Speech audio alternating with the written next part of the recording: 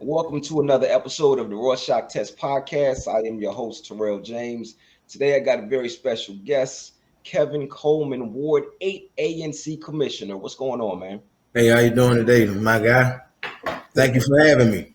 Man, thank you for being here, man. Especially since I know you had to, go to a funeral today and you had to speak at the funeral. Yeah, I appreciate you, still showing up and doing this even with a heavy heart, man. So I appreciate that. I appreciate you, sir. Yeah.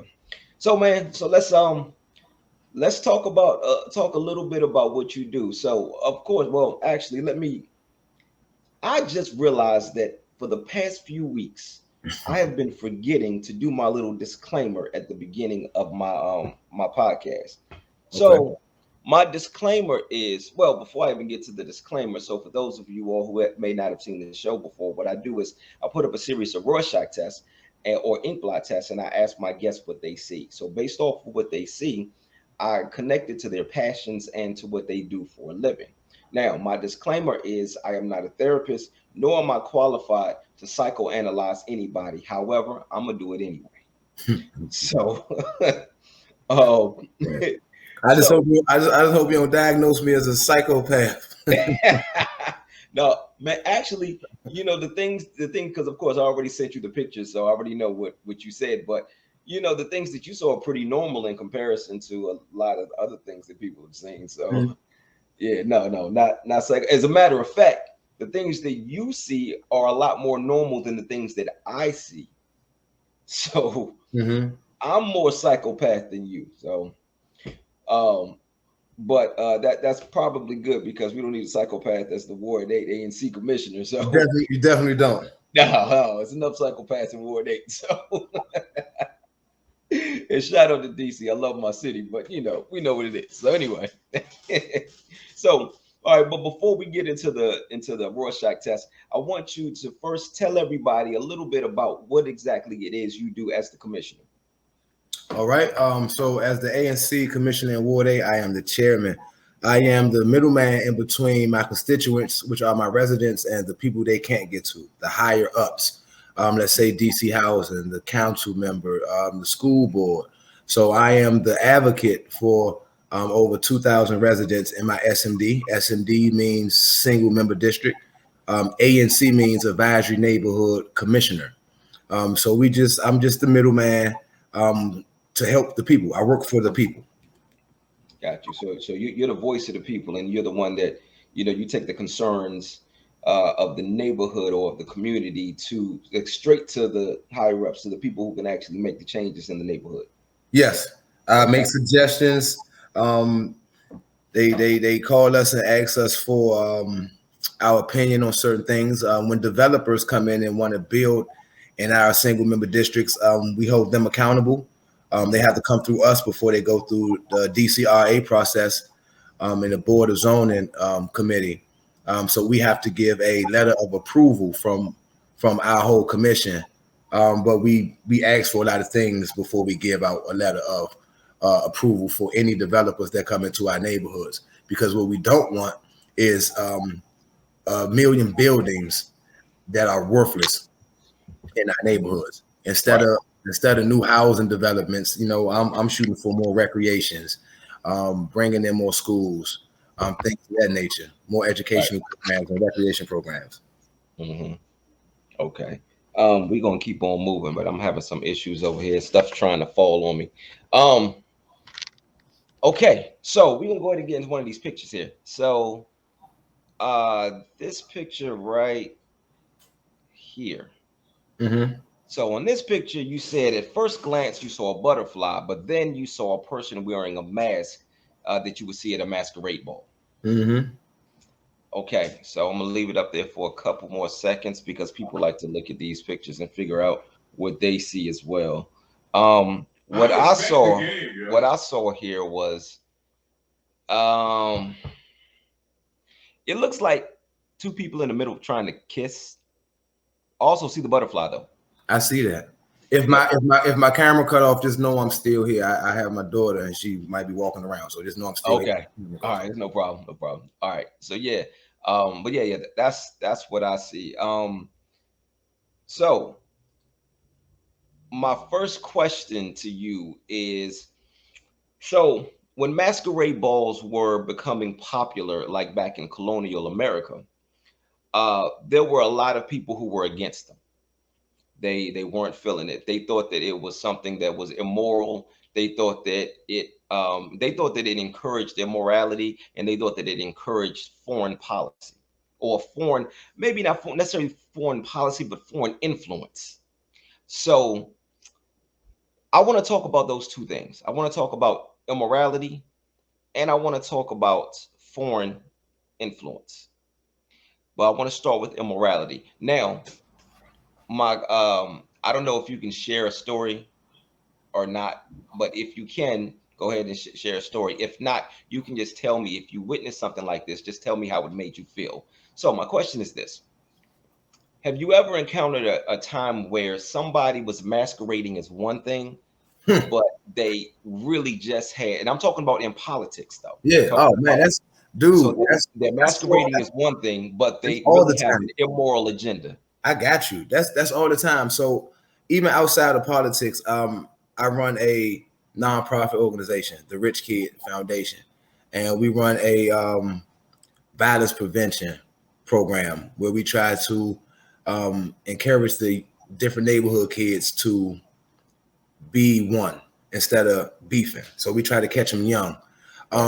So you do have a lot of people in places of power who do things for their own agenda and not for the agenda of the community. You might get some people who get grants and don't do anything they're supposed to do with the grant money, or let's just say, let's take Instagram and Facebook, for instance, just a scenario.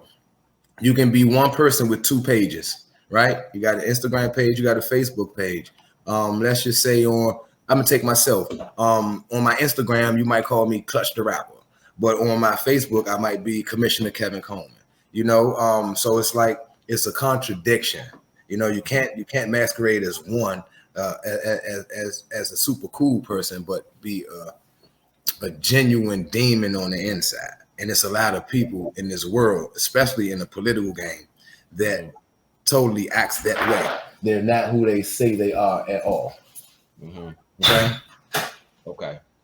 And I think oftentimes we encounter that, us in the community, just the people, we encounter that, which is why a lot of people are very mistrusting when it comes to politicians. Which is part of the reason that I've been going on this run of interviewing my friends who are politicians, or people, even if it's somebody that I may not even really know, but somebody that I've been following and I know and I believe in them, and I believe them to be who they say that they are, or I've actually seen the work that they've done, so they stand behind everything that they say. That's why I'm like trying to go on this run of just interviewing people like you who I believe in, because we need to be able to have some sort of trust and some sort of reconnection with the people who are in the political field. We have to regain that trust. Right. So, okay, so I want to stick with that mask. I got another question, but right now I want to go back to childhood. Okay, All right. so actually, no, you said at first glance you saw a butterfly. I want to talk about the butterfly. Okay. Okay, and I'm gonna put the picture up one more time so that now people can look at it and see the actual butterfly. Okay, so as a kid, well, butterflies, that's a symbol of change, right? Yep. So I want you to talk about some things growing up. Like, what kind of changes did you encounter growing up that led you to where you are right now? Okay. So I'm from Ward 8 Southeast. I'm a lifelong Ward 8 resident. I grew up in Parkland. I grew up in 15th Place. I lived on Waller Place. So I've seen a lot of different things coming up in life, and a lot of my OGs, as we call them, are either dead or will never come home and see the streets again. It's some now that are even calling me and trying to get me to use my influence to help them come home because they've changed. I'm also a convicted felon myself. And I missed all my 20s. I was incarcerated when I was 20 years old, came home when I was 27. So change is everything. Change is everything. You have to go through struggle in order to see yourself. Like in these pictures, and I look deep into the pictures. So people, I just want people to understand you have to look deep inside yourself as well to make that change. Um, my mother and I, we were set out when we was younger. We grew up poor, you know, and me seeing my stuff on the corner and my friends laughing at me and me getting into a lot of different fights changed my mindset of how I wanted to go about things. That's what made me really want to help people, because my mother didn't have the help she needed. I didn't have the help I needed. So that right there in its own sparked something in me to do something different when I got older. And as far as what I do now, with the kids and everything, when I was incarcerated and I came home, I just seen that most of the youth that were younger than me were losing direction. Mm-hmm. So it's like now they're all the way lost, in my opinion. So change is a major thing, my guy. Change is a major thing. And those are some of the things that helped me change. Just poverty and seeing me not having it, seeing my friends not having, and no one helping us, because we didn't have, in my generation, we didn't have help. We had the old timers. Their help was the wrong help, to be honest. Mm-hmm. So it's my duty and my obligation to give back to the younger generation and to my neighborhood and my community. Got you. Okay. So I want to go back to that mask. And you remember I said there were two things that I wanted to talk about. I wanted to talk about the immorality and the other thing was what the foreign influence. So now let's talk about that foreign influence. Mm-hmm. So your job is to be the voice of the neighborhood. Yes. And you're the middleman between the neighborhood and the government. Yes. So you are from the neighborhood. You know the neighborhood knows you. How important is it for somebody who is from the neighborhood, not some foreign influence, but somebody who's from the neighborhood, to speak on behalf of the neighborhood? It's very important. Gentrification is real.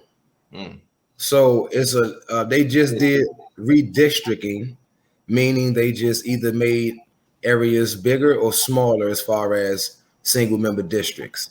So you have a lot of people coming in who are not from here, who possibly may run for positions that I may be in, you know, people who may have done political duties in other cities and feel like they can come here and do the same thing. But when you're not from here or not from the community, you don't get the same vibe as someone from the community, because you don't know what's going on in the community. If you've only been here for 2 years, how can you know what the community needs for real? Because most communities been needing the same thing for the last 10, 15 years and haven't gotten any results. So it's a lot of these foreign entities that are coming in, and I'm not saying all foreign entities are bad, but to answer your question, it is extremely important for people of the community to be more involved and to speak up on issues that we have. Because in our black communities, the reason why we don't have is because we don't speak up. Right. You know, we don't speak up. We'll let trash sit outside our complex and nobody picks it up, or nobody calls the trash man if he didn't come, or nobody complains to the landlord that the trash man didn't come. So it's on us to step it up and on us to take better care of our community. Right. Okay. So let's move on to the next picture. So here, you said you saw a portal. Yeah. So to me, it looks like I see angels. I see 2 angels at the top. And at the bottom, it looks like 2 tornadoes. Yep, I see 2 tornadoes. So, but you said you saw a portal. All right, let's go back to childhood. Okay, I want to talk about your imagination. So, was your mind like a portal to escape a reality, like a harsh reality? And if so, what exactly were you trying to escape? The harsh reality of living in Ward 8, Southeast DC in the 90s. When I was growing up, I always wanted to be an astronaut. I'm fascinated with the stars. I am fascinated with everything outside of this universe, outside of this atmosphere. So when I say I see that portal, it's kind of like a heaven and hell kind of thing. Like you said, you're seeing the angels at the top and the tornadoes at the bottom. And in the middle, if you really pay attention in the middle, it's like two opening gates, right? So in my opinion, that portal is you have decisions to make. You have decisions to make. You can even go through this top half of the portal, this half of the portal. Either way, these gates are going to lead you to where you want to go. But you have to make the conscious decision and make the right choices in life. So to answer your question, that's what I was trying to escape, just everyday living. It was hard. Like it was hard growing up. It was hard growing up. I did go to like summer camps and things of that nature, but when you are in the environment that you're in, sometimes, not all the time, sometimes you have no choice but to become a part of that environment, or you're going to get eaten up by that environment. So I chose to become a part of the environment, but my escape was through my music. So that was my portal. Okay. Well, okay, cool. So I'm glad that you brought that up. So now let's talk about music. I want to talk about Clutch the Rapper. Let's step into that portal now. Okay. So I want to make the transformation from Kevin Coleman to Clutch the Rapper. Let's step into the rapper portal. Okay. So what influenced you to start rapping? I love music, man. Music runs deep in my genes. I have cousins who wrote songs back in the 80s and early 90s for Tony and Terry Lewis. So music, my father played in the band, played instruments and things of that nature. He's also a singer. So music was in my blood, but my neighborhood, like I keep bringing my neighborhood back into it. Like my neighborhood influenced everything that I know. Like we had go-go bands in my neighborhood. We had other rappers in my neighborhood. So like I say, it was just us just trying to find a way out. I was too short to be a superstar in basketball. You know, I was too slow to be a superstar in football, right? Even though I can catch and, you know, things of that nature. But my voice has always been something that I can use to get people's attention. Right. So I said, you know what? I have a loud voice. I was voted most talkative in my senior year. And the loudest. So I was the most talkative and the loudest, which is crazy. But so I'm good with words when I can sit and think, right? So I can put words together very well. So I just use that as a tool to let go a lot of anger, and thank God for music being in my system, because if not for music, I don't know where I would have tunneled that anger to. All right. So yeah, that's just that. Clutch was a different breed though. Clutch the Rapper was a different breed, if you ask me. How'd you come up with the name Clutch? Anytime the money on the line, man. Give me the ball, coach. Say no more. Put me in the game, coach. Anytime it's game time, I got it. Got you. Okay. All right. So I want to stick with that portal though. So like when you're watching TV, you know, portals, they always lead to some unknown world, right? So bringing it back to politics, was politics an unknown world when you stepped into this new world? Yes. Something that it was. Yes. It was completely unknown to you. Completely unknown. Were you blindsided? I was blindsided by what actually happens in the political world. Okay. This is my first term as a commissioner. And it's like I became a commissioner because I got tired of complaining. I got tired of posting on Facebook and Instagram what the government is not doing, what the mayor is not doing. The council member is my friend, but sometimes I felt like even he wasn't holding up to his end, and that was just my honest opinion. And I used to post about things of that nature. So I said, you know what, Kevin? You complaining too much. Do something about it. So when the opportunity came and I started studying, where can I start? Where can I start? Okay, what's this ANC thing? Let me check into this. So I got the signatures that I needed to get on the ballot. The person who held the seat in front of me decided not to run anymore for whatever reasons he had, and it left the seat wide open, and I went for it. You never know what you're going to get unless you shoot your shot. So it's like that portal that I stepped into is like getting hit by Ray Lewis, because I was like, where did that come from? If in the beginning, dude, I won't even fib with you. I was ready to quit in the first 6 months. First 6 months, I was like, oh no, I don't know if I can do this. My phone was ringing too much. People was asking me like things that I really can't control. Like, hey, Commissioner Coleman, they didn't come and fix my toilet. Can you come do it? Ma'am, I am not a plumber. I cannot come and fix your toilet, ma'am. Now, what I can do, I can call up to DC Housing or to your landlord, and I can put some pressure on them to send the maintenance men out, but it's just things that I wasn't expecting. But now that I'm into it now, it is what it is, and I accept the challenge. All right, that sounds good, man. Okay, so now I want to let's go to that next picture. Right here, you say you saw a heart, but you said you saw a human heart piecing itself back together. Yeah, I thought that was really, really interesting. That's what you saw. I kind of see the same thing, but I also see I see spades. I see two spades that also look like they could be connected to a face, and like they're looking at each other. In the middle, it looks like oh man, I forgot that. Is it called a pickaxe? I think it's called a pickaxe. And then on the sides, I don't even know what those little things are. Look like maybe kidneys or something. I don't know.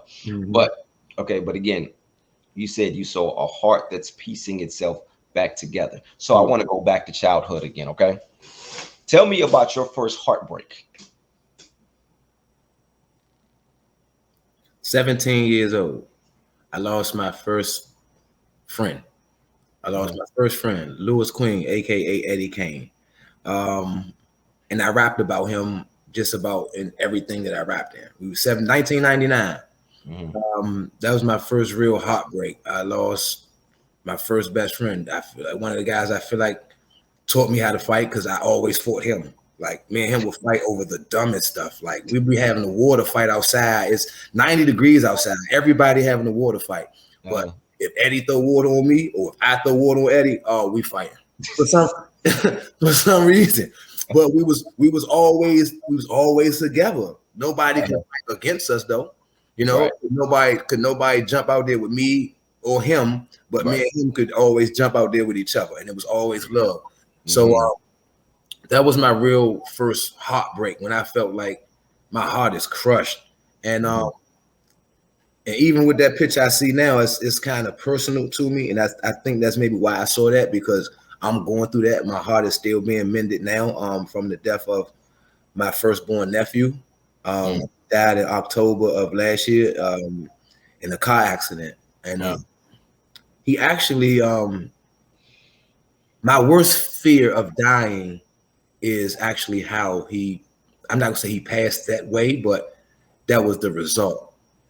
And so my worst fear of dying is in the fire.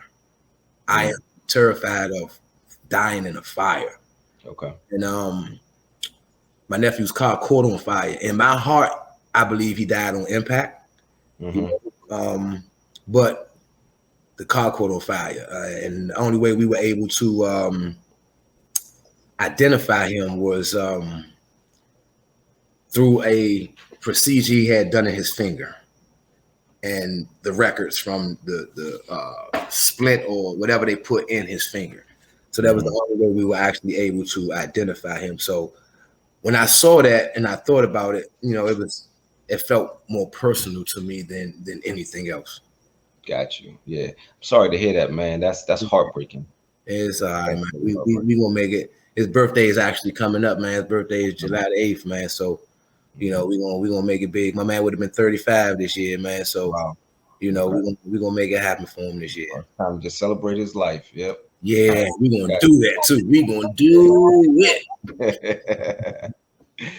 I got you, man. So, all right. So, still sticking with that heart.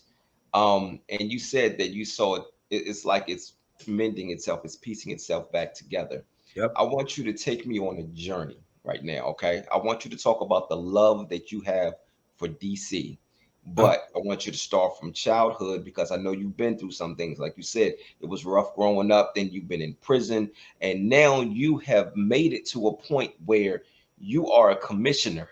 Yep. And the same places that you were that did things that essentially kind of ripped your heart in two, you are now in the same place bringing that heart back together. So just tell me, so just to kind of take me on a journey, but to talk about the love that you have for the city. For my city, man, I am 202 all the way through. I've always loved my city, but being incarcerated abroad made me love my city even more because I realized nobody else likes us. It's really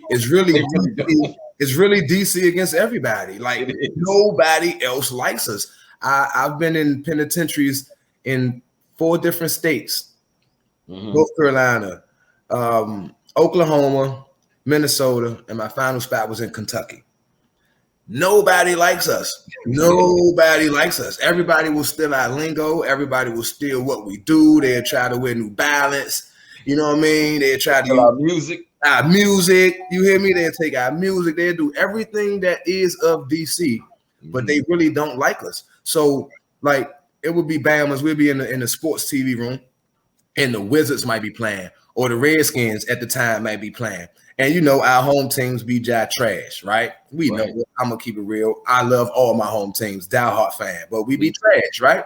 Yep. You will get a Bama from anywhere else. Oh, that's that bum DC stuff. That's what DC dudes do. Y'all losers. Next thing you know is a fight. Don't jump out there. You know what I'm saying? So, like, I love my city, man.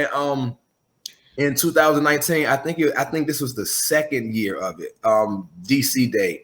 With my guy, Mr. Tony Lewis. I believe he did it in 18 and I missed it, but I made sure I was there in 19 when we went down on Florida Avenue, and it was the biggest, like, that celebration was awesome, man. I still got pictures to this day. Like, I was draped in the DC flag, 3 stars, 2 bars. Like, I got a song right now out called DC Crank, where, everything is all DC, the beat, everything. So it's like, it's nothing like my city. I'll visit anywhere else. I'll go and like stay for a week or stay for a month, but I'm coming back home. Right. I'm coming back home. So DC, I love you with all my heart. Yes, I concur, man. And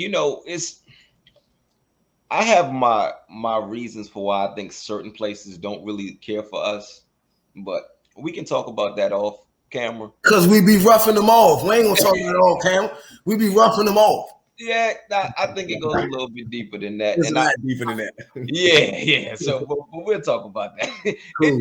I think it started in the 80s. Yeah. Somewhere around 88. So you know where I'm going with that. I know where you at. But we'll talk about that off camera. But but okay. So my next question, still sticking with that heart. All right. What is your game plan as far as going into the heart of the city to fix the problems in the neighborhood? So the game plan is to start with equity. We have to teach. We have to teach. Each one teach one. Clear some food right there if you want. Each one teach one. The knowledge you have, the knowledge I have. We have to get out here in our communities and start teaching our communities financial literacy. Because we can't move or play on the even playing field with our competitors unless we got the same knowledge that our competitors have, right? And it's been withheld from us for so long. Let me ask you a question. Where's the smartest place to keep information from a black man? Well, they say in a book. They say in the book. So, right? We're changing that, though. Exactly. That's the game plan. That's the game plan, to give out more information, more knowledge about things, trying to get us to stick together. And that's what I do with the Rich Kid Foundation. And my partner is calling me right now. So that's what I do with the Rich Kid Foundation is we go into these different neighborhoods and we're bringing different kids together through sipping paints, through peace park activities and things of that nature. We're actually putting together something right now through the mayor's 202 Peace Grant, where we're trying to, well, not trying to, we're actually putting it together because it's already official. We're waiting on the permit at Anacostia Park. So we're going to get a couple go-go bands, couple local artists, dance groups, positive artists that's coming out to speak peace. So it starts with leaders. So my game plan, to answer your question, is to go to all the community leaders, the Trayon Whites, the Robert Whites, the Tony Lewises, the Muriel Bowsers, because she is the leader of the city, so we have to get to the leaders, and the leaders have to be on one accord, because if we're not on one accord, then the rest of the city is going to be the way it is now. Right. True. Yeah. Absolutely. Yeah. So we got to touch the youth. We got to touch the youth. It's about programming. We got to get these youth into programming, like DPR. I'm so upset with the Department of Recreation, because the Department of Recreation just decreased their time opening and closing time. So that kicks kids on the streets a little earlier than they're used to going back on the street. Because most kids, if the rec closed at 9 o'clock, most kids going straight in the house at 9 o'clock. Right. It's dark outside. They didn't wore themselves out. Now lights coming on.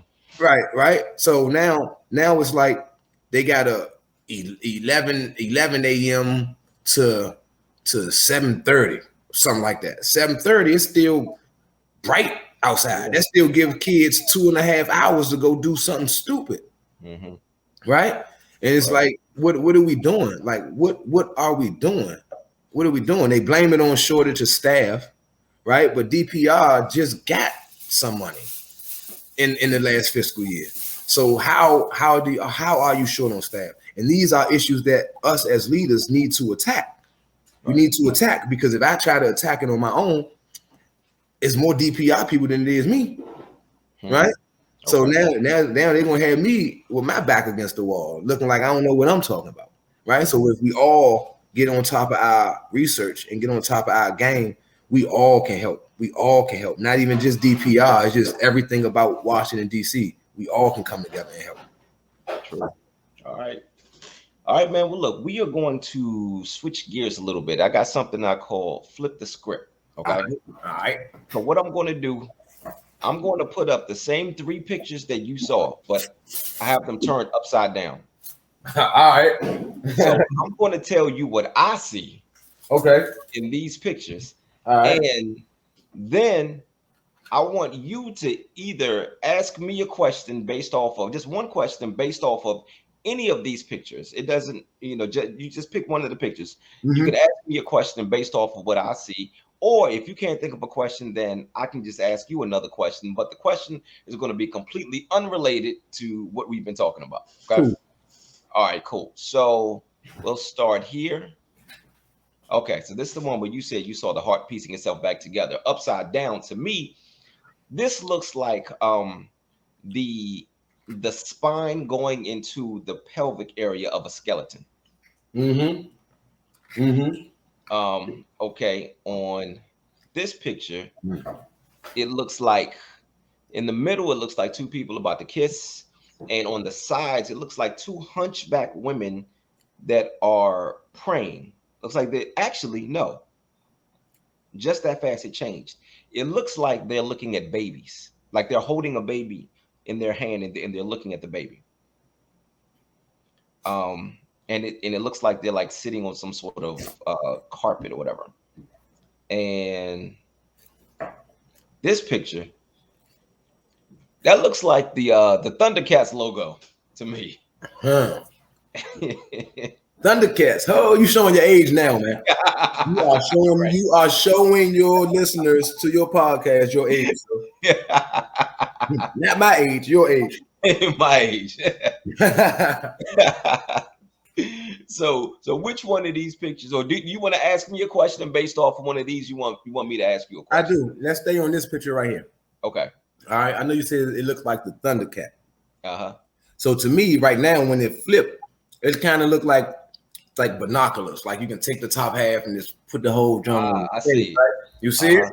Yep. So this picture, how interesting is this picture to you? Because it's very interesting to me. That picture can be looked at with a lot of different scenarios in it. Well, it is really, really interesting when you start to break it down. Like when I just kind of just look at the part where I said it looks like the Thundercats logo. It's kind of more of a surface thing. It's like at a quick glance, that's what I see. But when I start to kind of break it down, I see, you know, what's funny in the other picture when it's turned right side up. Remember, I said I saw a tornado. Yeah. I see the tornadoes. I see two tornadoes at the top or at the bottom. No, at the bottom. I see them at the bottom. Yep. And the Thundercats logo, the Thundercat logos, it look like they're on top of the tornado. Right. It looks like there's something flying out of their mouths. Yeah, like they spitting at each other. Like the stuff in the middle about to collide, right? Right. So instead of just saying Thundercat logo, we can keep that as cats. They look like two cats, like maybe two panthers or something. Yeah. So to me, you said how interesting is this to me? It's pretty interesting in that I see chaos because I see two panthers looking at each other as if they're about to attack each other, but then they both are on top of tornadoes, which cause chaos. This picture right here to me looks like complete destruction. So that's interesting. Yeah. Yep. That's what I see there. So, okay. All right. I got another picture here. I want to go back to the political thing. Okay. Yes, sir. So, have you seen this movie, Olympus Has Fallen? So, of course, this is the movie where you know the terrorists, they come in, they take over the White House, and the president is held hostage. Okay. Yep. All right. Olympus Has Fallen. You've seen this. Now, have you seen this? Joe Biden has fallen. I saw that. Joe Biden has fallen. That's funny. So I don't want to talk about the job that he's been doing, whether you know it's good or bad. I don't want to get into all of that. Hasn't this been one of the most comical presidencies that you've seen? I don't know what's up with Joe. I'll be honest with you, dude. I don't know what's up with Joe, man. Sometimes Joe get up there and talking, and I think Joe got dementia or something. He might hear people say that all the time. They might need to check Joe. They might need to check Joe because Joe will get up there and get to talking about what's going on in Russia, and then next thing you know, he talking about going on the beach. Like, hold on, wait. What does the Russian invasion have to do with the beach, dude? Like, wait a minute. Like, I don't know, man. 1 minute he say we don't have, then he just said we about to have another pandemic. So, like, be transparent. That's what I ask of all of the presidents. Like, and from what I found out in being a politician is there's a lot of stuff the presidents can't tell the public because the fear of mass hysteria. Mass hysteria. Yep. Right. But I think if you was transparent and just said it and just tell your ways of trying to diminish the threat, I think the American people are way more civilized and way more intelligent than the government believe us to be. I don't think it'd be if they would say, okay, well, we about to have a mass spread of this thing called COVID. COVID been out since the 90s. For real, right? So if they just say, okay, this thing we had since the 90s is coming back, is COVID, it's going to cause a lot of death. Get yourself together, stay in shape. Guess what? Everybody would have been in the gym. The gyms would have made the money instead of Target and Walmart and all the big name companies that give all their money to these big presidential campaigns. Right. It was all a trick, if you ask me. It was all a trick to put us into hysteria so we can go out or stay in the house and then go spend more money. Because I promise you, during the pandemic, people probably spent more money at Walmart, Target, and things of that nature than they've ever spent in their life. Because before COVID, I've never seen a Walmart with no toilet paper. Right. Like none. You go to 5-6 Walmarts, don't nobody have toilet paper. So I just feel like this administration needs to be a little bit more translucent and more proactive instead of reactive. Right. Yeah. I got you. And we got all of that from him falling off a bike, man. Look, you deep. Because he's goofy. He's goofy. He's goofy. He's the first president to fall off a bike in public. Yo, like he may have taken the reins from, I believe, Dan Quayle when he was vice president, misspelling, was it potato? I think he misspelled potato. I remember that. He's trying to take the reins from George Bush, well, the son, when he was, everything. Okay, now that president, the second Bush. Uh-huh. So both Bushes was in our era, but you and I were kids when the first Bush was president, right? The second Bush, he pushed education 20 years behind.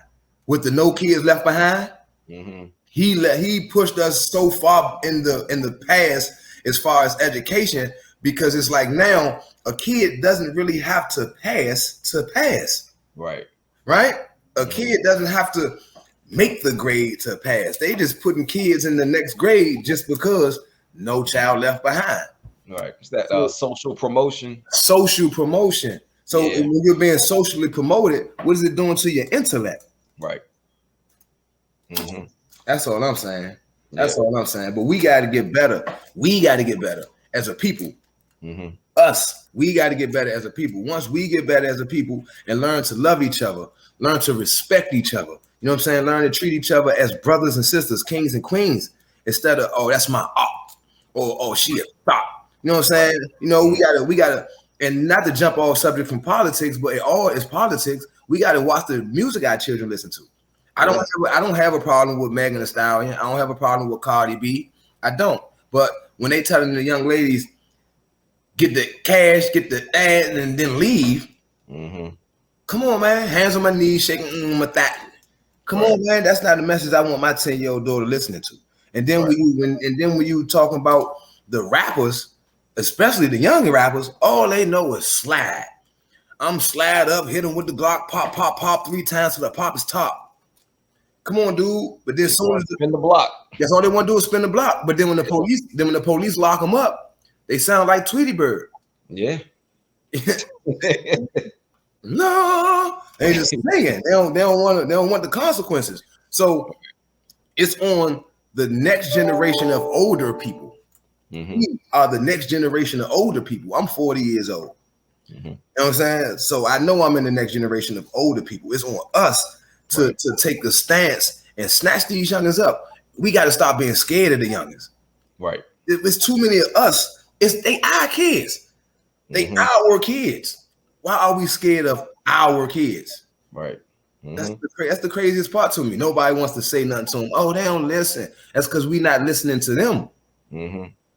A lot of us older people, what we want to do is tell the youngins what you should do. Younger, you need to do. Younger, this, that, and the third. What we don't do is say, younger, let me holler at you.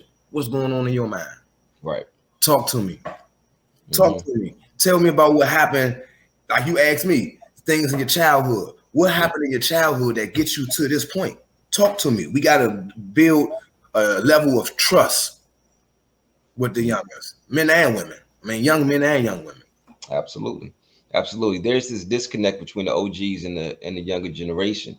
It's not like with us, you know, we didn't have a disconnect with our OGs. We listen to them and still do. You know, those of our OGs that are still here. You know. Yep. But even the ones that are no longer here, we remember the lessons. Yep. So, but then we got to figure out how to get that sort of connection with the younger generation.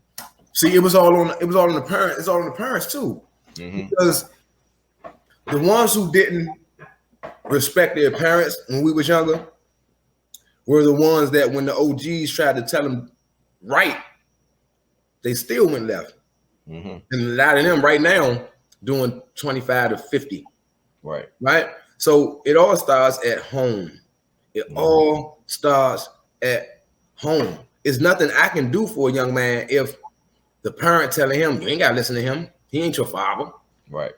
But I'm trying to get a young man or young lady all real game to stop them from going through what I had to go through or what my sisters had to go through, and we had to go through some stuff.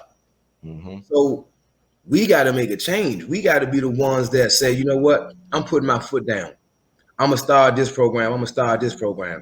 I'm getting a phone call from the DC Rise Center. Oh, that's a good one. I'll take that later. Yeah, so like I say, we gotta so this call that's on my line right now, I'm putting together events. Youth and young adult events, job training events for the young youth, job fairs where they're actually going to hire you. Because I've been to job fairs, and you go to job fairs and you do everything you're supposed to do, and they never even call you. Right. I'm trying to put together career fairs, not job fairs, career fairs, to where so these young people can get in and get into apprenticeships. Get into a 4-year apprenticeship that's going to lead to a rest of your life career or something you can fall back on if you decide, okay, I want to work for this company, but I can make me some money on the side. We got to start building entrepreneurship in the minds of our young people. I didn't want to be a business owner until 2017. Which was only 5 years ago. Right? Because being a business owner wasn't installed into my brain. Gotcha. Right? Just like the idiot box, the TV. Right. Our kids absorb everything they hear, see. We can tell them all day, don't do this, don't do drugs, don't drink liquor, don't do this. They hear it, but when they see you doing it, well, it looks like you're contradicting yourself. It looks good to them. It's not. And they don't see the effects that it has on your body. Right. So we gotta start beating into our kids' head, not physically, everybody. We gotta start beating into our kids' head more knowledge on being self-sufficient and also being teammates. Right. I know it may sound like, hold on, how you gonna be self-sufficient and be a teammate? Me and you, we just met not too long ago, but we're on the same team because we're on the same page. Right. But you have your own podcast, which makes you self-sufficient. Right. I do a lot of things that make me self-sufficient. So we got to start beating that into the next generation. We even got to beat that into our generation, guys that are our age. Because you still got guys that our age who out here putting battery packs in the young and back. So a lot of guys out here that's our age who encouraging the youngins to go spin the block. So we as the real men of the city who want to stand up, gotta stand up. We gotta stand up. 100%. Yep.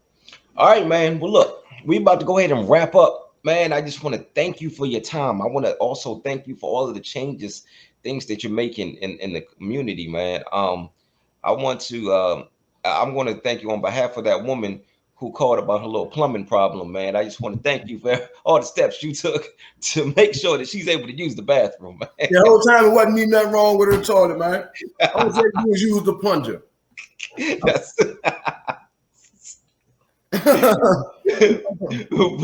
but yeah, man. And I just want to thank you for your time, man, and just all the amazing things that you're doing for the community to just make the change that being the change that you want to see.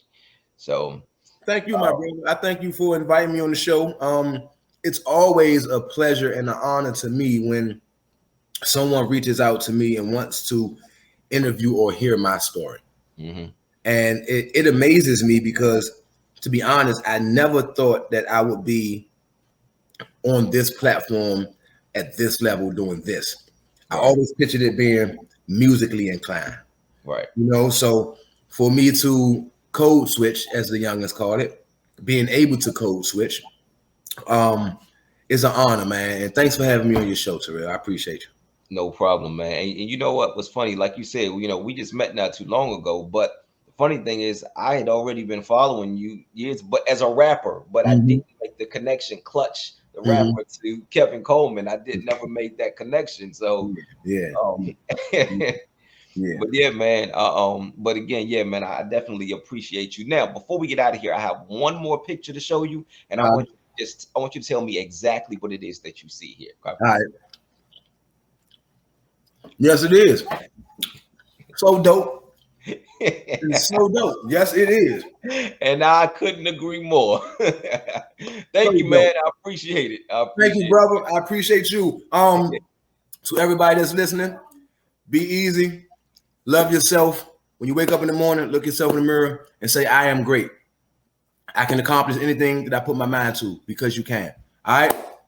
Love y'all. You know what? I normally have my own words that I close out with, but I'm going to leave it at that because that was perfect.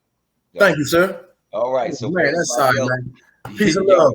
Y'all be good to each other.